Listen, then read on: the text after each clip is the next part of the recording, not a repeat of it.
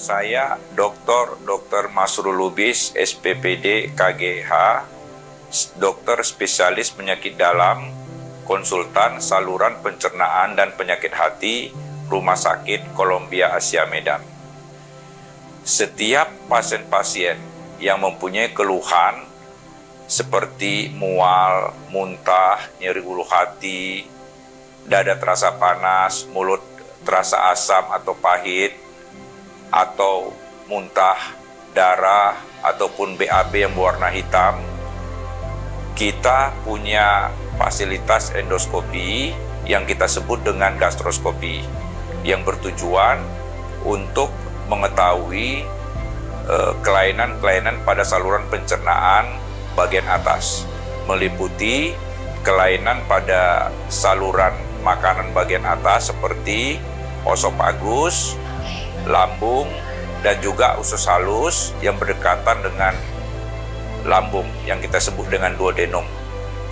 Di samping itu juga, apabila ada pasien-pasien dengan keluhan perut sering gembung, buang air besar tidak teratur, kadang-kadang buang air besarnya bercampur darah, apakah darah segar ataukah BAB yang berwarna kehitaman, atau juga BAB-nya tidak teratur, atau juga susah buang air besar, kita punya fasilitas yang kita sebut dengan kolonoskopi yang bertujuan untuk mengetahui setiap kelainan pada saluran pencernaan bagian bawah, seperti apakah kelainan itu berasal dari anus misalnya, ataukah berasal dari usus besar, atau juga bisa sampai ke usus halus yang berdekatan dengan usus besar yang kita sebut dengan ilium. Kelainan itu bisa meliputi apakah ada daging tumbuh kecil yang kita sebut dengan polip, ataukah tumor. Nah, untuk polip misalnya, yang merupakan awal dari keganasan atau kanker saluran cerna itu kita bisa buang atau kita angkat yang kita sebut dengan polipektomi. Jadi Rumah Sakit Columbia Asia itu mempunyai fasilitas untuk melakukan polipektomi.